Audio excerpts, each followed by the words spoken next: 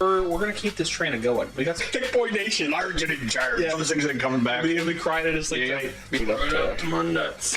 I got a lot of fertilizer. What kind of podcast is this? You want to pet my dog? You love this neighborhood. Take my money. Yeah. I don't know what to do with my hands. I would love to hear your story. Like, There's me. This ain't gonna go well. we're in the old donuts. There are a lot of old people sitting there. Wait, Do I take a How many days do I get off? air balloon? yeah. It's a change a day in our lives. Welcome to the PM&A podcast. Hey guys, welcome to the PM&A podcast, number 37. 37. How's it going? Holy cow. Thanks for listening, everybody. So, as always, our podcast is brought to you by Always Bearded Lifestyle. They want you to take care of your beard because beards are rad and beards are awesome, and they want them to look good. So they sell beard grooming products formulated with like some CertClean certified ingredients. They sell beard oil, beard wax, and as always, we always talk about the beard cream because The it does. beard cream. It's a leave-in conditioner. They do a good job. So beards are awesome. Get some beard stuff. Always Bearded will hook you up. Ernie? Right on. We also would like to give a little quick shout out to our buddy General Watson. He has a YouTube page, and he has a channel, YouTube channel, and he does live streaming for the game Call of Duty. Mostly first-person shooters. Yeah, stuff. first person. He's been doing a lot of live ones too. They're Yep. pretty funny, some of them. And his commentary is just awesome, and he's just a really, really cool guy. And yeah, head over there. He's actually got a really cool deal right now. I think if he gets like 100 likes or subscribers, if you get 100 people, he's giving away a free remote control. So definitely worth checking out. Yep, General Watson, guys. Guys, we want to introduce our next guest, Liam Cormier. What's up, man? What's up, guys? Hey, man. So stoked to have you on. So let's Hang on. just premise this. He is shaking No, I'm right not. now. No, I'm not. He is No, so I'm not. excited about this one. I'm a huge fan. I'm a huge fan. I've been a fan of the Cancer love. Bats. You just say love. I've been a Cancer Bats fan for a long time, and it was just cool. Like I've always followed you on Instagram, and I think you followed me for a little while too. But yeah, always been a Bats Yeah, fan. you were like, I was thinking about this today. Yeah. You were like the first, like when I first started the Treadwell account, Yeah. you were like the first follower. Or like you were like the first person maybe I didn't know, like out of my like Your buddies? 5 friends, you were like maybe number 6. Man, I got a bunch But of. I think I still follow you. Yeah. Well, that's how we were talking on Instagram today. So that was off of the mine. there you So go. The what- internet. yeah, the internet. Yeah, I have like a couple of your hats and a couple of really rad shirts. So And we have one of your records on the wall too. That's actually someone made that. That was like that was someone drew that. That's not actually a Cancer Bats thing. Oh, seriously? Yeah, I'll show it wow. to them later. So Some art. Cancer Bats and Treadwell clothing. You got a couple things going on in your life, but oh man, I don't even know how to start. I had this all set up, and now I'm like, oh crap. So I first heard about We you can guys. just freeform it. Yeah, no, it's cool, man. I'm just like, I told you. So I threw this out there because we've been getting a lot of throughout this year we've been kind of growing like who we've been getting on the podcast, and it's been getting more and more. And I'm like, you know what, man? Let's just shoot for the moon. I'm like, you love the Cancer Bats. I'm like, and you write this Cormier guy. I'm like, I'm sure he's probably got you on like do not allow within 100 meters of me kind of on your list. So Oh, man. So why don't you just ask him, see if he'll come on? And he's like, yeah, I guess. He's well, it's probably funny busy. because like I'm friends with I think he goes with a nickname Swaro. His name's Dave. He's like a huge fan of you guys from. Oh, yeah. Yeah. So like I've met him at a ton of your shows. When him and I talk, and I was just talking to him the other day. I'm like, yeah, man, I'm gonna talk to Liam. And he's like, that is so cool. He's a rad guy too. Like, so the first time I heard about the Yeah, Cancer, Swaro's sick. he's a rad guy. I've seen him, like him and I like meet up at shows, some of your shows all the time. So the first time I heard about you guys, I think it was like 2005. It was on that Much Music show called The Wedge. Do you remember that? Yeah. Man, I remember that. yeah. That's funny though. So that was, it was probably 2006. Yeah, was I when was- we had our first music video. I was trying to figure out what the timeline was that because it was Pneumonia Hawk. You guys were just, I think you guys are just putting that Yeah, out. so that would have been like 06, 07. Because it was like, we made that video. Actually, no, that would have been in 2007. Because we made that video after we had been to like touring Europe.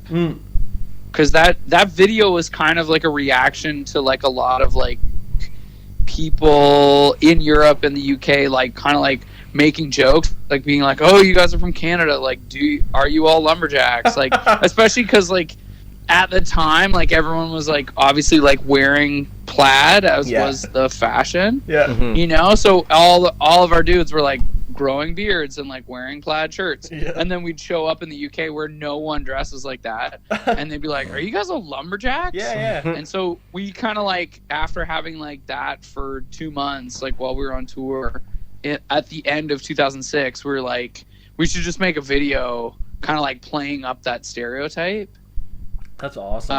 That I thought, I was like, oh, that'll be really funny, dude, because that was actually the last video that we did for birthday. Birthing the Giant, man, that was such an awesome video. And I remember, so we had done no, go ahead. Oh no, I was just gonna say, because we did 100 Grand Canyon and French Immersion before that in 2006. Oh yeah, I remember sitting there. It was like, I don't know, it was like a Friday night. I'm sitting on that music show, turned on the wedge or whatever, and I was like, whoa, this is amazing. And that was probably that was the first time I heard about you guys, and I just started watching it. I'm like, wait a minute, is that like George from Alexis on Fire? Like I didn't realize that and now that I know the band and know you guys, because that was like Maddie, your buddy Maddie Mathis, and making like pancakes in the background. Yeah, and, like, Maddie's in that video too. You guys know, it's just such a cool video now that you think about it. But that's the first time I heard about you guys. Yeah, that's pretty awesome. I was like, well, and the funny part too was that, like, in making that video, we were like, this stereotype is like pretty true. Like that like forest is just outside of St. Catharines. Oh no way! And like three of the 4 of us like knew how to cut down trees. Yeah, you know what I mean? Way. So it's like it's not really like, it was just like, oh yeah, like we'll make pancakes. That's sick. Like Maddie's really good at making pancakes. Like it kind of like, as much as, you know, we were like, you know, fuck these Euros. Like we're not like this. But I was like, oh, we drove like 1 hour to get to this forest to shoot this music video. And like, in the pickup truck or whatever. It was pretty funny. Man, that's such a sweet video. Oh yeah. And fast forward, now I own a pickup truck. So is this your first? Is that your first vehicle you bought? No. Yeah, actually. So I've always had like kind of other, like living in the city, I had like access to a lot of like other people's trucks. So I kind of like never got one. But now I'm like hanging out in Halifax. Cool. And you kind of need a car. Yeah. And so I was like, oh, I'm going to go buy this truck. But it's awesome because getting a truck on Kijiji out in Halifax is way easier. That's rad. It's not all sketchy. Well, getting stuff in Kitchener isn't so great these days. Ugh. Yeah, Kijiji can get. Yeah, you kind of want to do it with a friend. Yeah, in a very publicly. Oh, that stuff. I mean, I've had like a lot of good luck, like buying dirt bikes off of Kijiji and like motorcycle stuff. But I do find like all the dirt bikes I bought were like in Niagara.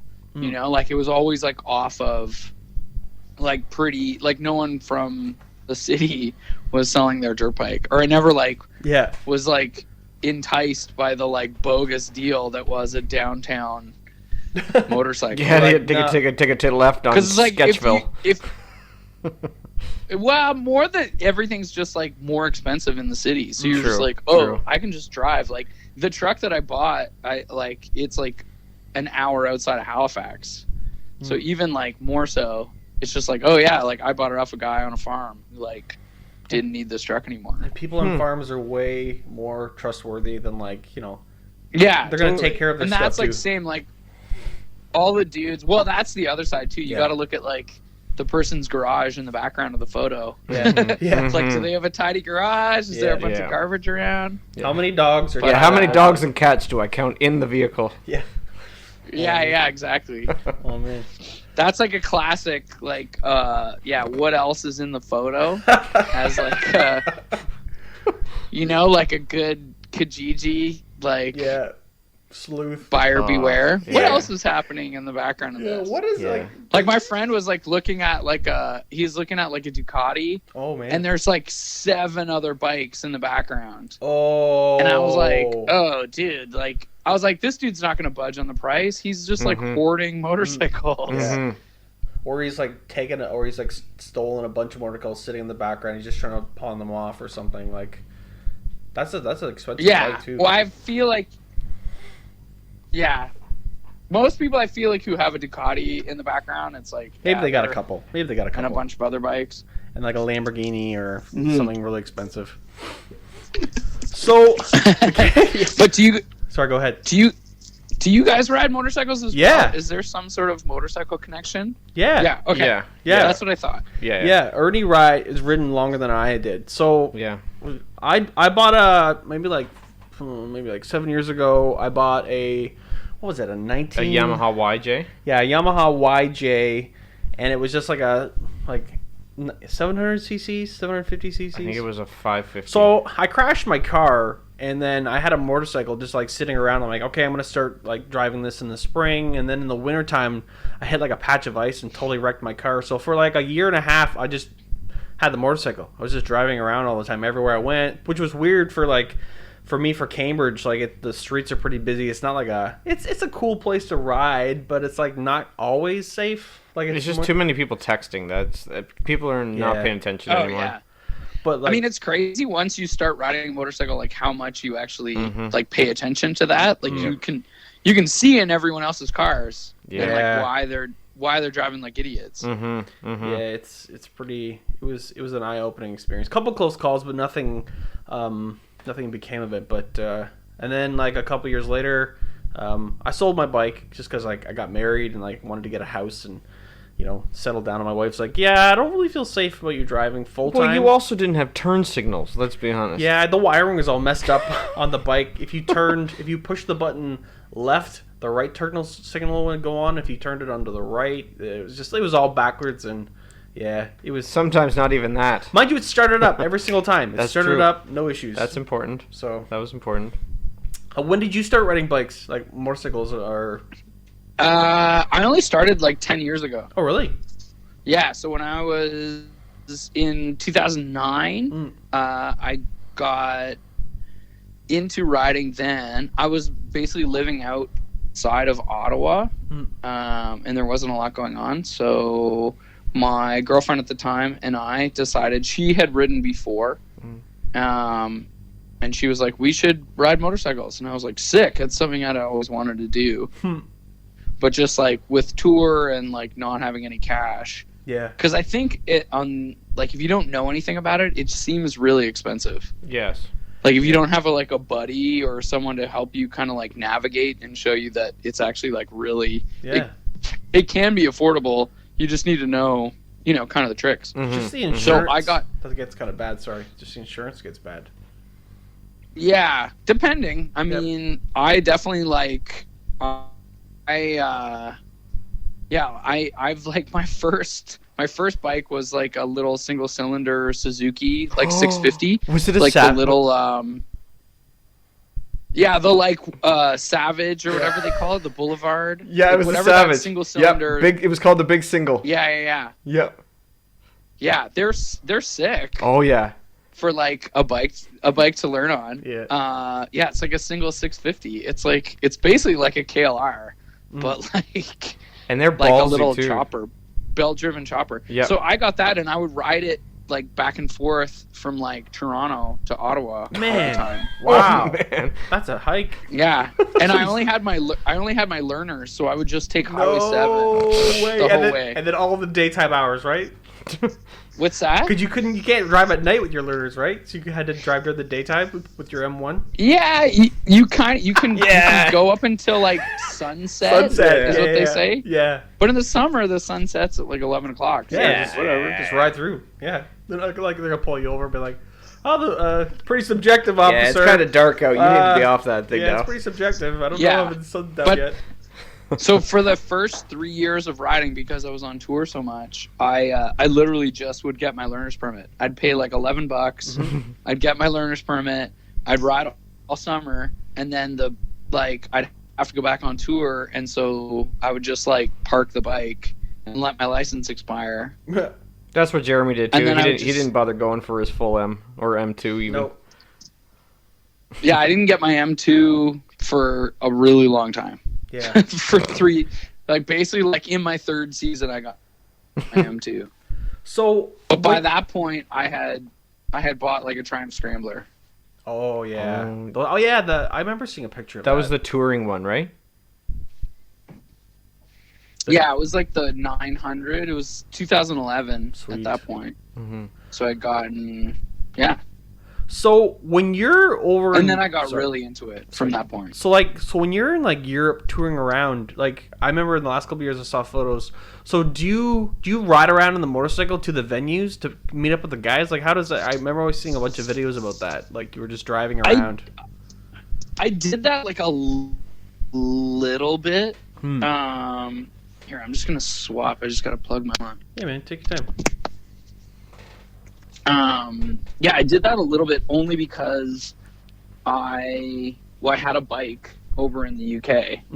Oh, cool. And so there was a couple things like I had some like running around that I had to do. Like I was gonna go and like meet up with some dudes in the studio, and I was like, I should get this bike, and then I'll just like ride it around, and I can ride to these shows. And then we had like only like 5 days left of tour in the UK. So I was like, okay, I'll just ride around to these shows in the UK. And it was brutal. Oh yeah, it was It's like terrible. a really fun idea.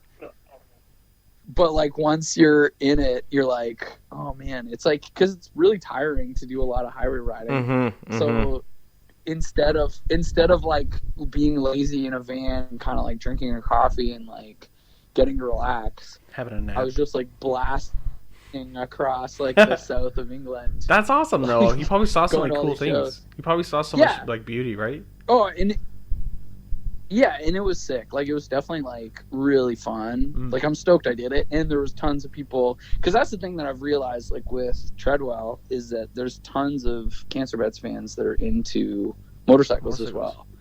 So Yeah. I would like basically show up to the show, and then I would spend the rest of the night talking to everybody about motorcycles because they like had heard that I'd like gone to the show on a bike, or like kids would show up then on their bikes.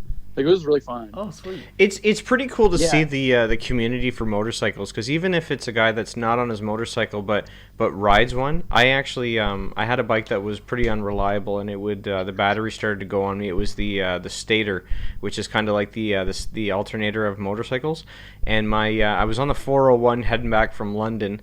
And I was on the side of the road, and I was waiting for CAA to come pick me up. I have CAA Plus, so they would put it on the back.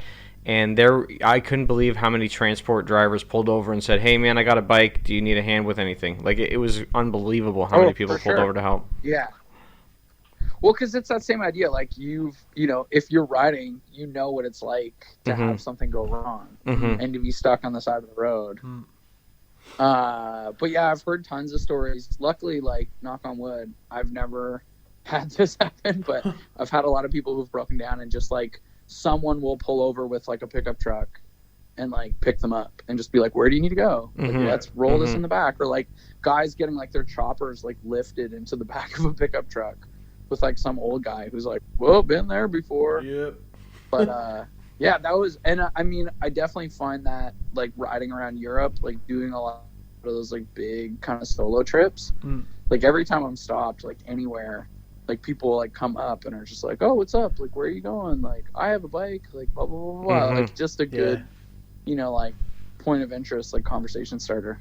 Yeah, Jared and I had that at Tim Hortons, actually. We were going for a little bit of a ride, and actually I think we were just going to get a coffee. We're just outside Brantford. Yeah, and then we pulled into some Tim Hortons, and these guys are like, "Hey, you want to come for a ride with us?" We were looking at the bikes, and they were saying that the one that Jeremy had, they were kind of like a bike similar to what he had when he started, and I had a an 1100 Honda Ace, so it's like one with like, it's like a touring type one, but it was kind of like a Harley looking one, but without the Harley problems and the Harley price tag. But yeah, and also these guys ended up taking us for a ride with them for we just went on like a on their 3-hour tour. Yeah, went for a 3-hour tour. Some guys went down to like the reserve and got gas. And, yeah, it was pretty sweet. Some guys we met for like 5 minutes.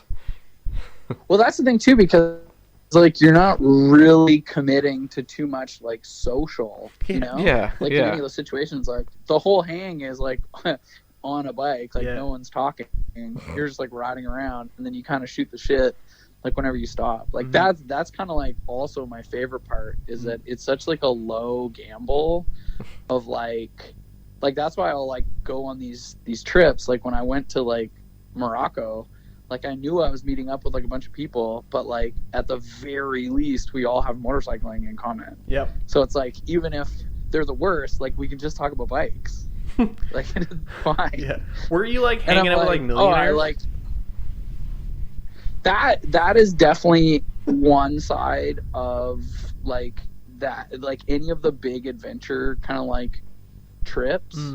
You realize like who's actually like able to take that time and like to afford. Yeah. Like I kind of get like invited on a lot of trips like because I'm just like sort of this scrappy guy who kind of does it. And like I met like the dudes who organized that trip when I was in Spain. Whoa. And I just like showed up at their like garage and was like, "Hey, you guys are into motorcycles? Me too." And they were like, "Who are you?"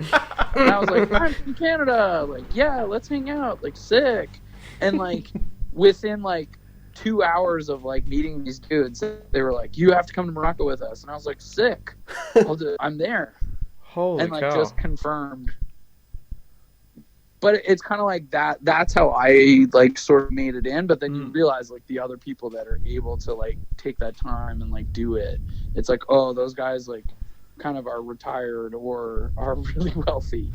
But I will say like a lot of, I think like in off-road, like even though like I don't hang out with a lot of millionaires regularly, but I do find that it's like it's usually like in a case of like more serious riding, I find you have like a lot more like, I don't know, like people who are pretty down, like they're like into that adventure kind of like style. Whereas like, you know, like with motorcycling, like anyone can kind of just like buy a bike and get on it and then you're a motorcyclist. You know what I mean? Like it's like with off-road, it's like, well, there is like a little bit of skill that is involved. So you can't just like get on a bike and like cross the desert, or you could and like just cross your fingers, I guess. Just hope for the best. I find people that are like able to kind of do it, you're like, oh, you're usually pretty cool.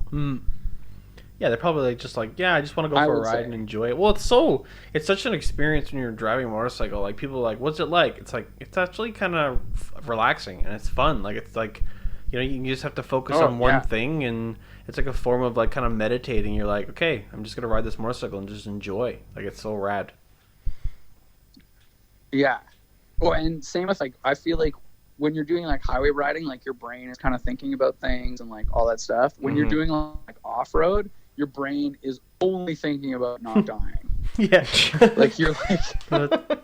So that side of like you're like really like, I don't know, not like escaping your problems, but you're definitely not like burdened by like anything else that's happening. Like, oh, I wonder what I should do for like, you know, the next Cancer Bats record. It's like, nope. It's like, I wonder what I should do when I'm on this cliff, or like when I'm trying to cross this thing.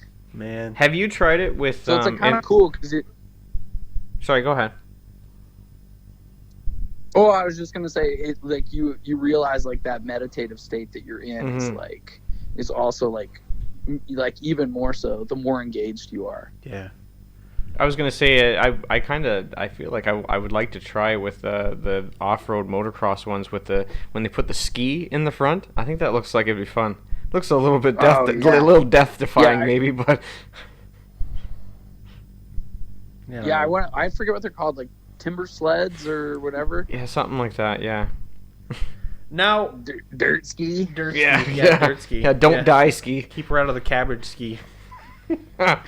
So I remember hearing a story of like you were over in Europe riding around and you like lost your cell phone or something, and then you had to like try to figure out where you were. Yeah, no, I was on a trip in Norway. I went basically like I got a bike from England, loaned to me from Harley Davidson and Harley UK. Wow. And I was going to meet up with Cancer Bats had like a festival in Norway, or 2 festivals that we were playing. So I was like, oh, I'll get this bike in the UK and then I'll ride it to Norway and then we'll play these festivals and then I'll just ride it back. And I kind of pitched Harley on it being like, I'm in a band and like I could maybe like write an article about it. And they were like, so I got this bike, which was sick. It was like a road, like a 1200 Roadster. Oh, beautiful. Nice. Yeah, which was sick. It was definitely like a really fun, like solid highway bike. But yeah, so then I took it there. We played the festivals. Everything was sick. I like took 3-4 days to like ride around. So I was in the mountains, bombing around, like having the best time. Met up with the dudes, played the shows. And then on the way back, I was like, okay, I'm going to like, you know, cross a couple more mountains and then like head back to England. And as I was like coming down basically this like winding like road, like mountain road, it started raining and I was like, oh, I should like, you know, zip up my coat more. And I guess like, I don't know, the teeth basically just like came apart as I like zipped it up, like my whole jacket just opened up. And my phone was like just like in the like breast pocket from when I was like shooting photos and videos and stuff. So when my jacket like opened, I guess like my phone just like blasted out of the pocket. Oh god. So I was like got to the bottom and like was trying to like fix my coat and like, you know, kind of just like snap it back together. And then I was like oh dude, my phone is gone. And I went back up and down this like mountain road to like try and find it, and then I was just like, no, that's it. So I had I had like 3 days of riding basically to get back to England. No way. Minus my phone. Oh. Yeah. But it was crazy, and it was just kind of like one of those like split decision, like, okay, like I'd like, luckily, like I booked a hotel. I had already booked a ferry, and I had like a friend's place that I was staying in Belgium. So that was like and I had my train to England already booked, like the Euro tunnel. So I was like, okay, these are like my destinations. I just have to figure this out. So I like, yeah, I forget even how I like got to the hotel, but it was just like every day I was just like meeting these goals of like, okay, I got to find this thing. And like writing out like old school like directions on my tank, and like, yeah, it was wild. Wow. That's But it was also really fun. Like, yeah. You're like, oh, this is what it's like not to have a phone and a GPS. yeah, this was like, and I remember like when Cancer Bats, you know, used to tour, like we didn't have cell phones like in Europe. Like our phones just wouldn't even work. So it was kind of like, oh, okay, like it's not that far outside of my wheelhouse from like what I've done before. And we definitely toured like pre-GPS. Yeah. So I was like, okay, this is like all of these things. Like, yeah, touring Europe pre-GPS was definitely like something, you know, we had done. So I was like, okay. But it was crazy because like it's like it wasn't that long ago when like those things existed, but then when you realize like you're like there's no more like pay phones. Yeah. Like that doesn't exist. Like I think there's also like no more printers. Like a public printer doesn't exist anymore. Like in the library? What's a library? yeah, exactly. And especially when you're in like a mountain town in Norway. Like I don't know how to say library in Norwegian. Where do you keep the knowledge in this town? There's a man up there. There's an old man. Go talk to him. Oh god. But the best part was because I had like promised this like story to like Harley. Yeah. It kind of like losing my phone like made an actual story out of the trip instead of just like Bozo gets a bike and goes plays a concert and then drives back fine. Everything's fine. Yeah. Yeah. It was like it then became so like Vice was like they had like agreed to kind of like run a story anyways because my friend was like, I'll throw you a bone. But then he was like, oh, this rule is like you actually have like a real story that we can tell. that's actually interesting. So then it became this big Vice article, and then Harley was really stoked. And that was like the first time I had kind of gotten like a bike loan to me in like return for some sort of thing. So that was also like early days of like Treadwell and the internet and me. Yeah. So I was like, yes. Awesome. I was gonna say hopefully. Worked out. Hopefully it wasn't a Harley jacket, or else they wouldn't have posted the story. Was it one of your jackets? No, it wasn't a Treadwell jacket either. I was like, It's funny because, yeah, that would be bad. Yeah. Dude, no, it was like an actual like waterproof like Gore-Tex like held, if you know that brand. It was like a real moto jacket. That's why I was like pretty kind of like eye rolled that the zipper busted. Yeah. But again, I was like, oh, if it didn't, I wouldn't have had that like cool story and like it wouldn't have had this like adventure. So yeah, it kind of all worked out. So you Had to get a new phone. Yeah, it's like you know, blessing in disguise or whatever. So I know I was reading one of your interviews you did before. You were saying when you were younger, you had experience working at a store, and that kind of gave you like the knowledge to kind of run Treadwell. So why did you want to do your own business? Like, why did you want to make your own merch and gear? I think just wanting to kind of expand and do something outside of music was like my big, because I definitely was at a point with Cancer Bats where it was fun, but I was like sort of removed from a lot of the things. Like I had stopped doing like any of the actual like design work. So it was like, oh, it would be fun to like kind of do something like I'll get back into art. I'll sort of make all the designs like completely different. So like from the beginning, I was like, I don't want to have like skulls or like anything really like metal to do with like Treadwell. Like I wanted it to be really like completely different. So to have this more, not really like trying to be PG with it, but just like trying to do something that also wasn't like really happening in motorcycling at the same time too, because I found everything like I was into it. Like I like Loser Machine and like a lot of those brands, but ultimately so much of the content was like so negative, and it was so like kind of like cheat death and like destroy the ride future until you die. Yeah, and I was just like, I'm into this because that is also like very Cancer Bats, but I was like, this isn't exactly like why I'm into motorcycling. Like, and I found there was this like growing kind of like, I don't know if it was really like jockey, but it was definitely very like machismo, kind of like harsh. And I was like, ooh, I'm like not into this at all. Like it was like not why I was like getting into motorcycling. So I was like, man, I should have something that's like completely the other direction. But also then forces me to kind of like be creative in that same sort of sense. So that was like the first few years was like just trying to have this like fun kind of like different idea towards like motorcycling. Like when you and came then out, like sort of. Sorry, go ahead.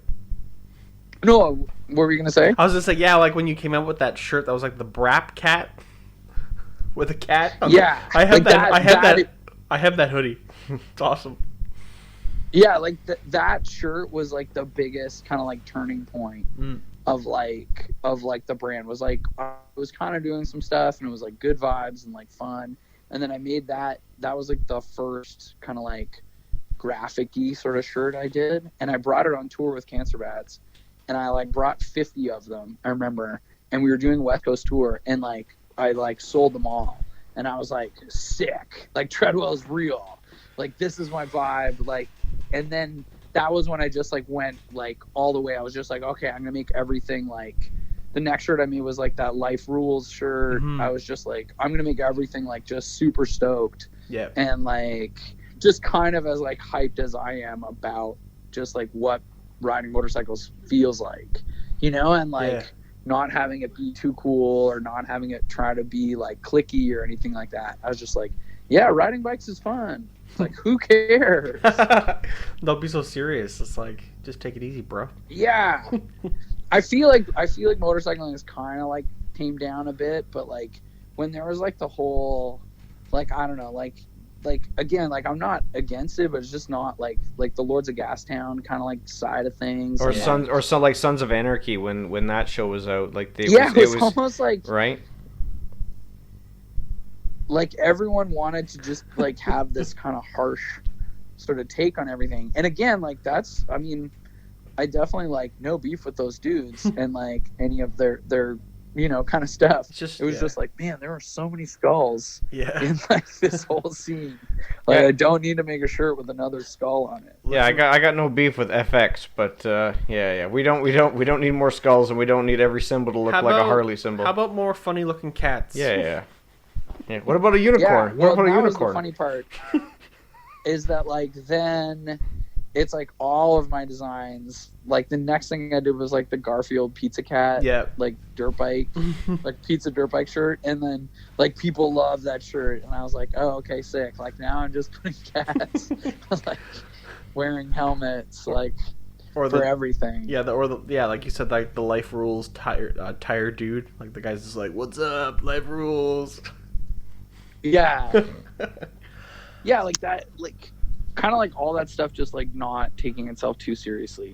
But then the other side was once I started like making actual jackets, I was like, oh, okay, like I'll make all of this stuff like really low branding, like, and kind of like I'll make this like the core, like serious kind of stuff, and then I can just do whatever I want with these t-shirts. So to kind of have it be balanced as well, so it's like both things, like obviously you want to wear like a goofy shirt, but then you're not like wearing a crazy like 8-ball leather jacket, so you're like having like a bit of that balance. But I think for me it was also like just kind of like being around that whole scene and just like seeing like, oh, everyone's wearing like Carhartt and like Tough Duck, and like when Levi's was doing that commuter stuff, I was like, oh, this is all really cool, but like I could actually make this like specifically for motorcycling and not just we wear, a Tough Duck vest, but your phone constantly falls out of the pocket. Yeah. And like you get stuck if it rains, it just get the pocket just like fills up with water. Oh god. And you're like, oh, okay. So that's kind of like where the whole idea started. Yeah, and like create something with a reinforced zipper. Yep. Yeah, exactly. It's funny because I had the Treadwell vest, like the first generation of the vest at that point.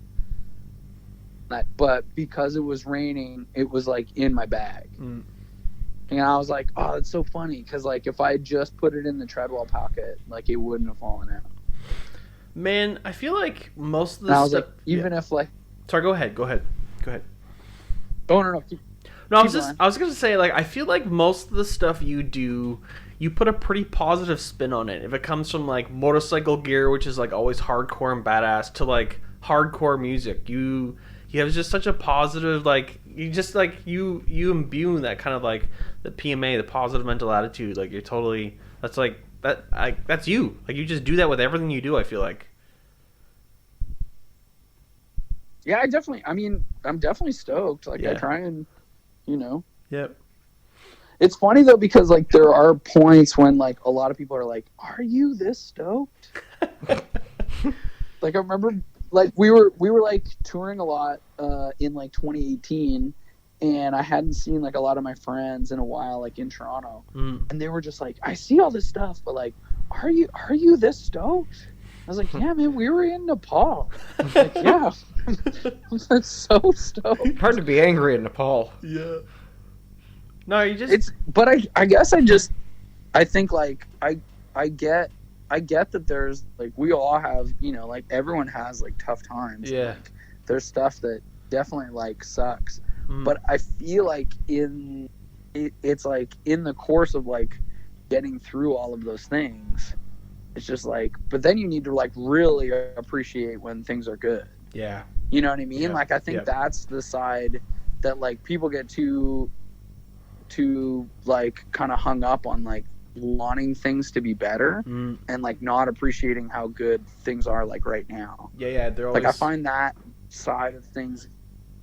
Yeah, you're always like trying to like, and I think that's also, I mean, we could get really into it, but like that's what we're that's what we're like taught, is to always want to like earn more and like buy more and achieve more, because that's how, you know, our system works, like in capitalism, socialism. But which, and it's like, there's, you know, I run a clothing brand, like obviously like there are parts of that.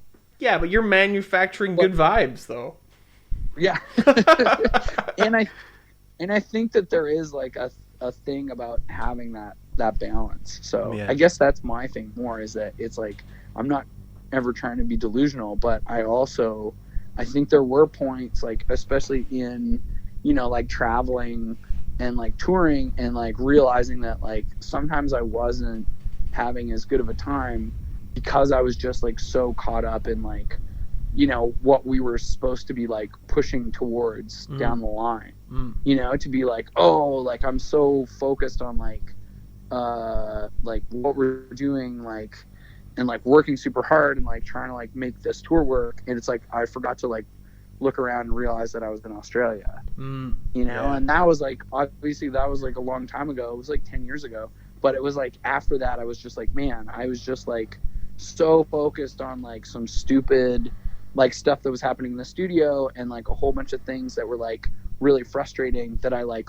really did not enjoy this time, that I should have been like, you know, having the best time ever, like while I was in Australia. And it's like those little things where you're just like, man, I like fucking blew it. Yeah, you gotta keep it. You're not looking at the right now, the here and the now. You're just kind of worried about what's going on next. Yeah.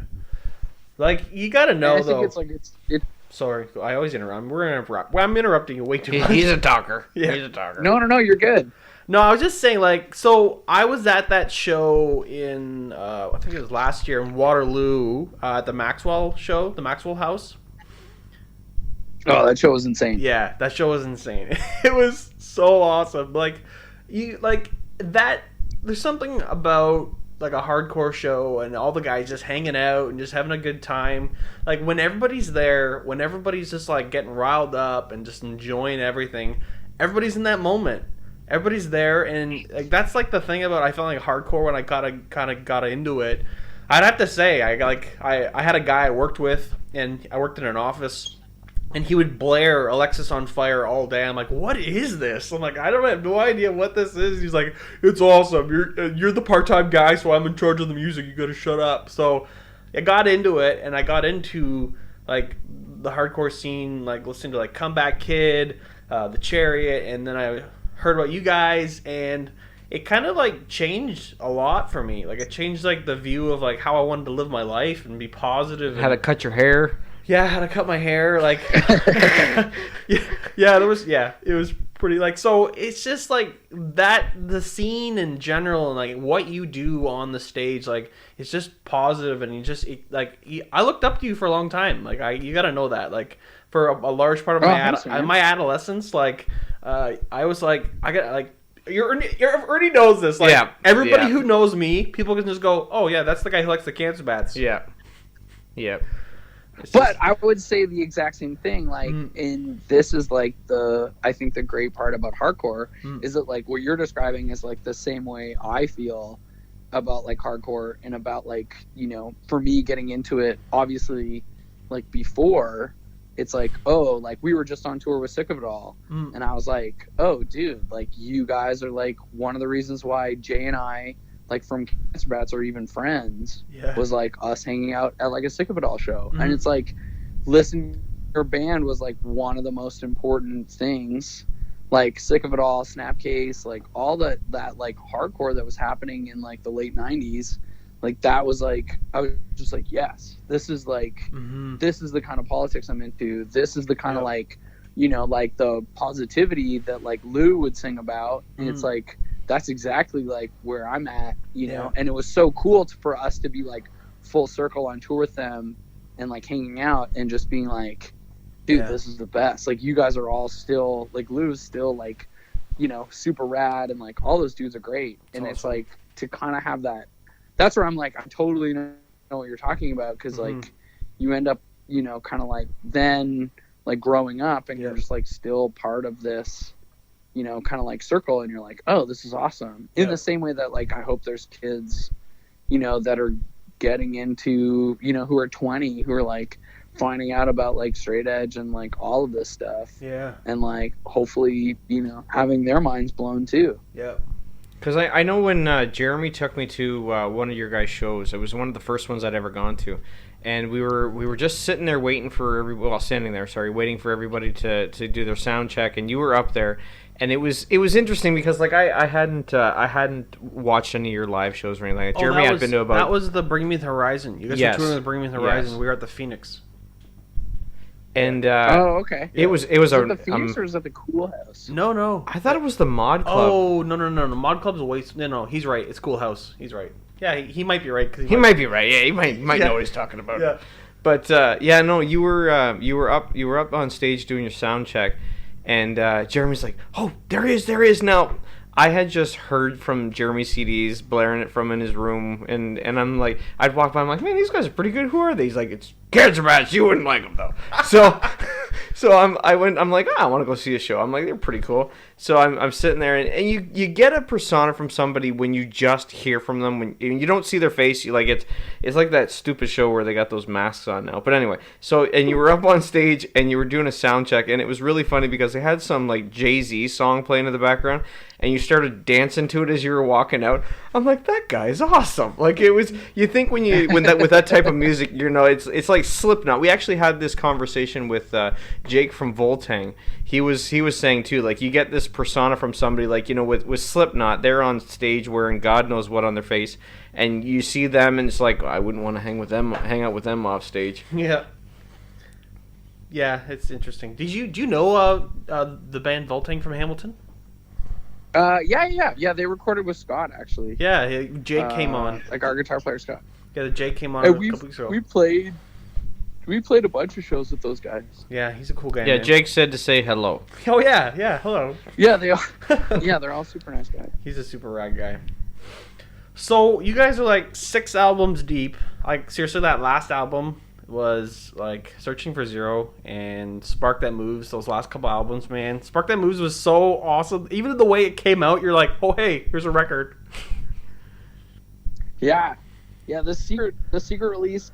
And then also doing it like self-released was like the best thing ever.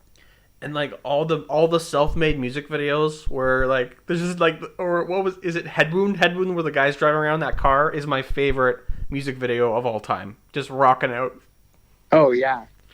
Yeah, he's like a crazy stunt man who actually he just moved to Toronto, but he was I knew him through motorcycling. And I just messaged him and asked if he wanted to just like make like a video for us. And that was just like what he put together. Like I was like, I don't care what it is, you can do whatever you want. Oh, that's awesome. And and that was like what he put together, which was so rad. Yeah. Just like him in the middle. It's in Saskatchewan. He's just like in rural Saskatchewan, like blasting around. So rad. Oh man, I remember I just started laughing so hard, but the song is just so good, like alongside it. I'm like I think I posted it like you guys gotta watch this video. I'm like, this is awesome. I sent it around to a bunch of my buddies and they're like, whoa, that's crazy. It's such a good song. So yeah, I love stuff like that. Do you yeah, sorry, go ahead. Yeah.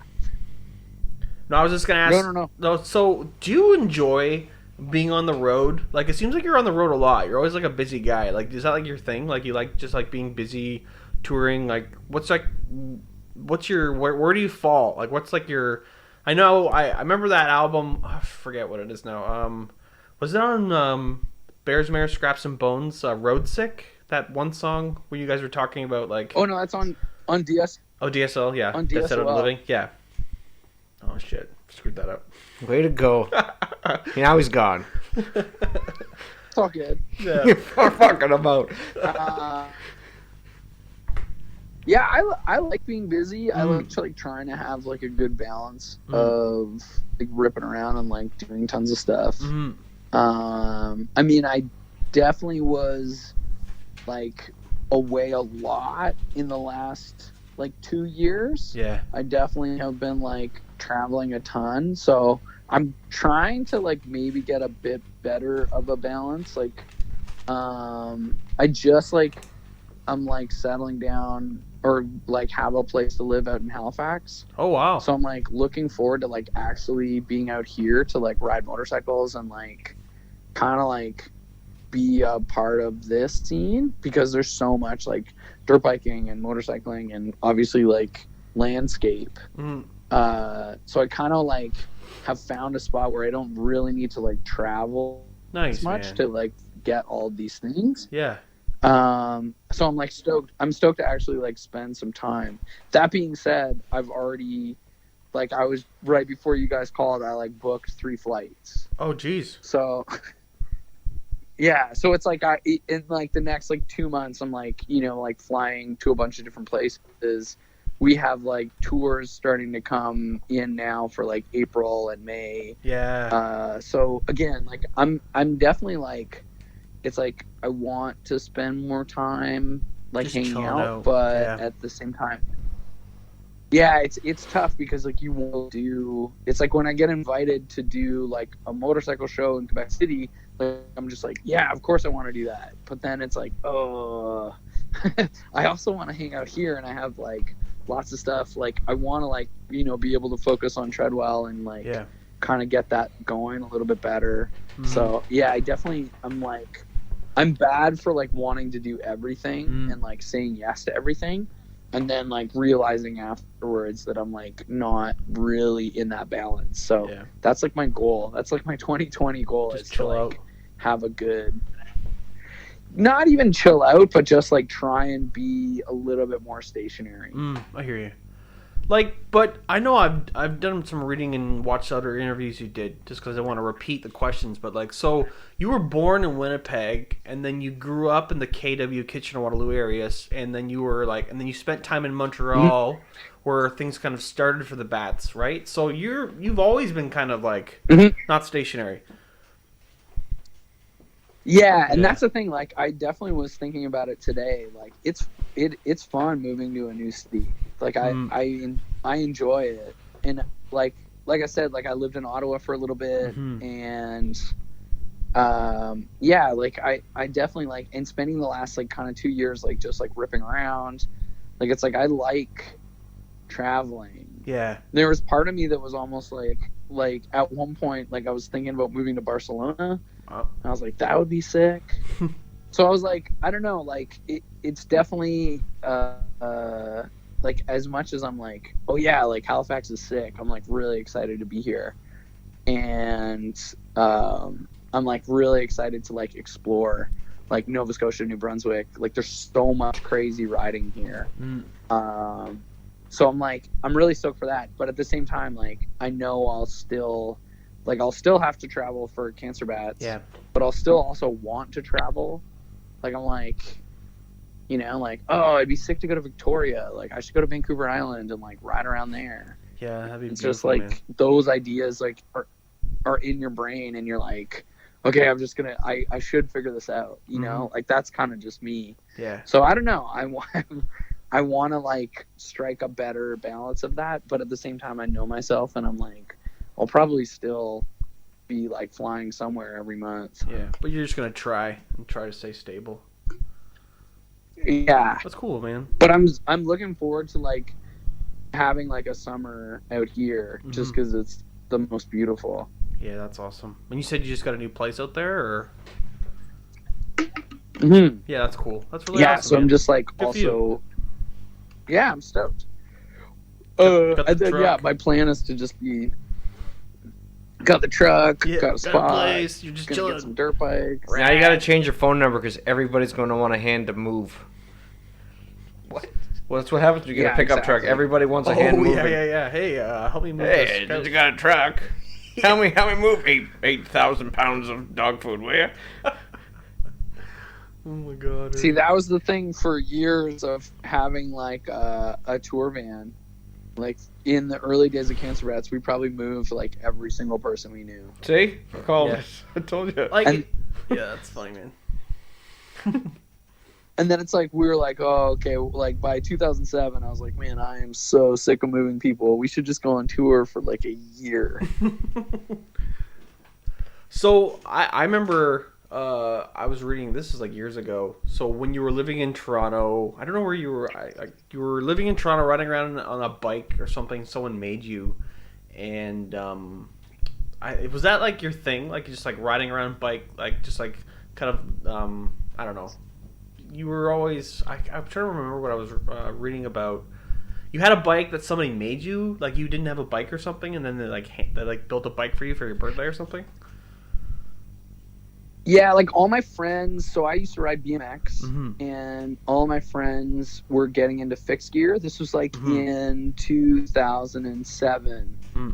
So summer of 2007, when we were coming back to the city and we were gonna write like what became Hail Destroyer. Yeah. Basically, all my friends had gotten into fixed gear while I was away. So they were like, "We're gonna build you," or they like built me a bike so I could come ride with them. Because I would ride my BMX with all my friends when they were riding fixed gear, and I could keep up, and like, but they were just like, no, you should get a fixed gear, like it's so sick, and it was kind of like that kind of like fixed gear craze, was like happening in Toronto. So like my friends, when I came home from tour, they had just like everyone cobbled together this like bike, sweet, that I rode forever. I rode that bike until like 2013, I want to say. Yeah. That's cool, man. That's awesome. Yeah, it was sick. It was definitely like a really rad time. In terms of like we used to all just like bomb fixed gears, like kind of like when there was like that MASH like Alley Cat kind of like scene that was like with all the San Francisco, there was like tons of fixed gear. I guess the fixed gear was just really cool. The fixies, the fixies. Summer craze. 2007. Rad, bro. Yeah, and like riding brakeless and like just bombing down hills. Maniacs. Yeah, doing like huge skids, like blowing through tires because you were doing like big skids, like so stupid. Oh man. So for this year, like what's on the dream board for Cancer Bats and for Treadwell? Like what's is there anything like really huge you would like to talk about maybe that are you allowed to talk about? Disclose or we forgot to ask you that. Is there anything you don't want to talk about? Yeah, I mean that's the thing. Like this year is kind of slow, like I guess, because we just like have been touring so much on Spark. There is like obviously there's these hot water music shows that are coming up at the end of the month, which we're super stoked for because that's like another band that, man, such a huge influence on all of us. So to get to like come and play those like anniversary shows with them is gonna be the sickest. But yeah, that's about it. Like we just kind of have like a few like festivals here and there. Like we're playing, you know, like Pizza Fest in Montreal, like just a couple little things, but mostly we're just gonna like kind of chill out. Like, cool. I say start writing, but like probably won't happen until the fall. Yeah. Like to be honest, we usually like I find myself personally like I need to kind of like switch gears and live a bit of life and like have a bit of perspective to like be able to write about a thing. I'm not one to like I definitely don't like write like constantly or like I'm never like I don't have like a journal that I work on or like writing riffs or like I kind of like always have to like chill and like think about things and like spend time like kind of like having that like I don't know like come more naturally. So, but do you do most of the writing for the songs? Like, is anyone else involved? Like, with the lyrics, I guess is more the question I'm asking. I definitely do like all the lyrics, like, and like those kind of ideas. Sometimes like I'll bring an idea to like the guys, especially like Mikey is like, you know, good with like that kind of stuff and like has a good like kind of perspective, or like Jay definitely is like more on the riff side of things. So like Jay will kind of like start a lot of like the riff ideas, and then sort of I guess the same thing, like I'll kind of have some lyrics or like an idea of a song, and then I'll kind of know like what vibe I want for it. So I'll usually like have like, because I play drums, so I'll have like a drum beat and like maybe a bit of like a riff idea in my mind that I can just kind of like sing the riff to like Jay or Scott. Yeah. Scott's actually really good at like I can kind of just like sing a riff to him and he'll like figure it out on a guitar. Whoa. But I actually don't play guitar, so that's where Yeah. like otherwise I would just do this myself. You can take his. But it's cool because then like Jay has a lot of like riff ideas, and again like Scott will like come in and like be able to build on that. Yeah. I feel like that's like sort of how we write, like, and then like obviously Mikey, then like once he has like this is like our basic, like I write like a bare bones like tempo almost, and he's like, oh okay, sick, and then he goes crazy and like does his thing. That's But I awesome. feel like it's like me and Jay kind of like open the door usually. That's how the last like few records have kind of gone, and then it's a very like collaborative like kind of approach, which I like really like, because then it's less of like, it used to be like the four of us in a room and we would just be like looking at each other like we trying need to write something. Yeah, we're like, we have to write like a riff every single day. Yeah. And you're just like, ugh, it can be like so exhausting. Man. Whereas like the last record was like the first time we were just like, you know what? Like Scott was out of town. Scott was like in Slovakia. Like Mikey lives in Winnipeg. And me and Jay were just like hanging out. Like, let's just jam. Like, let's just play a couple like riff ideas. You know, and it made it so much easier to kind of like then bring in the other two dudes and be like, here's a riff we thought up. Like, what do you guys think?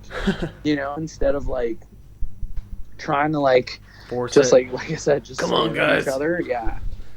Like, so that's what the probably, it's gotta make you feel good knowing that after like, what is it, 6 albums. Yeah, you guys were like nominated for like a bunch of Junos, right? Like at least 5. I think you guys were nominated for 5 Junos, right? Yeah. Like that's gotta be pretty cool. Like, Yeah, pretty much. you know. Yeah, no, it's definitely, I mean, it's sick to have like any of this like kind of like stuff still be working. I mean, the Juno thing is really cool. Honestly, like to me, the fact that like that Kitchener show Yeah. is like a way bigger deal to me than like winning a Juno or That's like awesome. anything like that. Because it's like for us, it's like to put out our 6th record and like be playing like literally the biggest show we've ever played. Like that to me like is like the biggest deal. That's Like awesome. I'm just like, oh, it like everybody is still down, like, and brought their friends. You know, like this now is like such like a bigger deal than even when, you know, like we first like were trying to like even just like play to 50 people, you know, and like hoping that would happen. So that's kind of like I think the raddest part about where we're at right now. That's cool, man. But I'm like all of the stuff that happens, like, you know, like someone wanting to do an interview or like even any of that stuff is just like, man, this is sick. Yeah. This is all for this conversation, our podcast tonight. It's like completely just like This was a selfish podcast. yeah. This for was a Jeremy, totally selfish 100%. podcast. I was like, there is no way. Like you and I have like met before, like at other shows and stuff, but it was like quick, like, hey, what's up? Like, you know, just like I've been at a ton of shows around town, and I think one of the coolest ones I went to, you guys did a free show at Sneaky D's one time. You guys were upstairs and just earning and burning. I think you guys were putting out, I don't want to get this wrong now. Do you remember that show? The free one at Sneaky D's? We did a couple Oh. of like charity ones, so that's why I'm like, there's Yeah. been like maybe 3, but we used to always be Yeah. like the Sneaky D shows that we would play would usually be free, or So they'd be for like charity. it was the first time you guys played Sabotage, I think. You guys up there. Oh, okay. So that was when we were filming. That show's actually on YouTube. Yeah, if you're I've seen it. interested. I'm on that. Yeah, I'm killing it somewhere in there. Yeah. Yeah. I remember you sent me a picture of that. I'm here. I'm here. Yeah. But yeah, that was like when we were filming that like DVD for the Bears, Yeah. like whatever DVD thing that we did, That the was so making rad. of kind of like history. Yeah, so that was that show, which is funny because the the like YouTube video that's up there is like weirdly stretched, and everyone like looks really bonkers in it. But Yeah, man. but it's there, it's captured. Yeah. Well, I know you only had an hour to hang out. I don't know if you have any more time, but Yeah, I should. That's yeah. the one. Yep. My phone is definitely about to die too, so Yeah. I was like, I should probably Yeah, man. get rolling. But But thanks for this has hanging been out. cool, guys. Yeah. Thanks for having me on the show. Yeah, we appreciate Yeah, it. let's. I don't know if you're around, but if you're at a show, I'll be hanging out. We can have a real life podcast at Merch. Yeah, man. Nice. I'll come over and Nice. say what's up. Aren't you coming to Kitchener? No. I'm trying to remember the show you're coming to in the next couple months in the area. I don't know. I'll look one up. I think there's a Guelph. Yeah. There's a Guelph show or a London show, Yeah. something like that. I'll be there. I'm bad promo. That's all right, man. I'm gonna one of the newer shows in the year. I'll definitely I'll drag Ernie out, and then we'll say what's up. You don't have to drag me out. I will for gladly sure. join. All right, man. Thanks a lot. I will pay some ticket. Yes, no, I will. dude, I will. Yeah. Thanks a lot. for having me on the show, and good luck with the podcast. Thanks a lot, Liam. We'll talk to you later, buddy. Cheers, guys. Thanks, man.